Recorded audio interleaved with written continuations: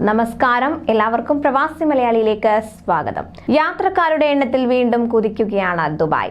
വിനോദസഞ്ചാര മേഖലയിൽ കൂടുതൽ ഉണർവേകിക്കൊണ്ട് രാജ്യത്തേക്ക് സന്ദർശകരുടെ കുത്തൊഴുക്ക് തുടരുകയാണ്.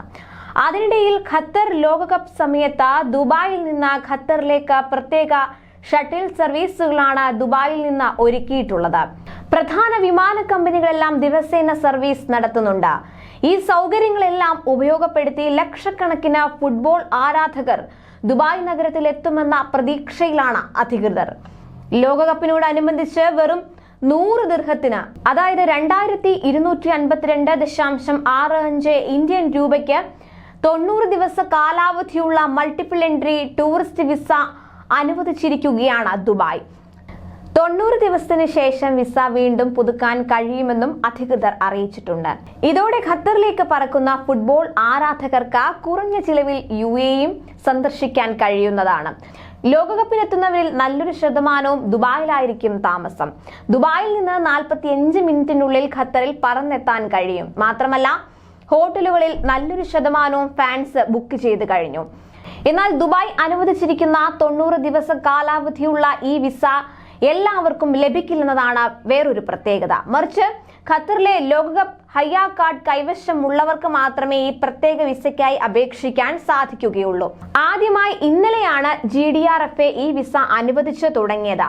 ഖത്തർ ലോകകപ്പിലെ ഏതെങ്കിലും ഒരു മത്സരം കാണാൻ ടിക്കറ്റ് എടുക്കുന്നവർക്കാണ് ഹയ്യ കാർഡ് ലഭിക്കുക. അവർക്ക് മാത്രമേ ഈ വിസ ലഭിക്കുകയുള്ളൂ.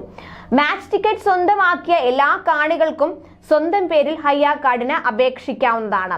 ഖത്തറിന് പുറത്തു നിന്ന് അപേക്ഷിച്ചാൽ 5 ദിവസത്തിനുള്ളിലും ഖത്തറിൽ നിന്നുള്ള അപേക്ഷകന് 3 ദിവസത്തിനുള്ളിലും അംഗീകാരം ലഭിക്കും.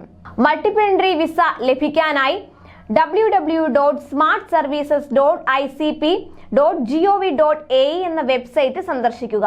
ഇതിനുശേഷം പാസ്പോർട്ട് ഉൾപ്പെടെയുള്ള വിവരങ്ങൾ നൽകിയാൽ മതിയാകും. അതുപോലെ 90 ദിവസത്തെ സന്ദർശക വിസ UAE പൂർണ്ണമായും നിർത്തിയിരിക്കുകയാണ്.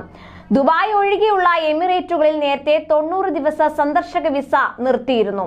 ചൊവ്വാഴ്ച ദുബായും വിസ അനുവദിക്കുന്നത് നിർത്തിയിരിക്കുകയാണ്. എന്നാൽ ചൊവ്വ വരെ വിസ ലഭിച്ചവർക്ക് 90 ദിവസം കാലാവധി ഉണ്ടാകും. നേരത്തെ അനുവദിച്ച വിസയിൽ UAEയിലേക്ക് പ്രവേശിക്കുകയും ചെയ്യാം. അതേസമയം സന്ദർശക വിസ നിർത്തിയെങ്കിലും ചികിത്സയ്ക്കെത്തുന്നവർക്ക് 90 ദിവസത്തെ വിസ ലഭിക്കും. തൊഴിൽ അന്വേഷിച്ച് വരുന്നവർക്ക് പുതിയ ജോബ് എക്സ്പ്ലോറേഷൻ വിസയും നടപ്പാക്കിയിട്ടുണ്ട്. 60, 90, 120 ദിവസങ്ങളിലേക്കാണ് ഈ വിസ നൽകുന്നത്.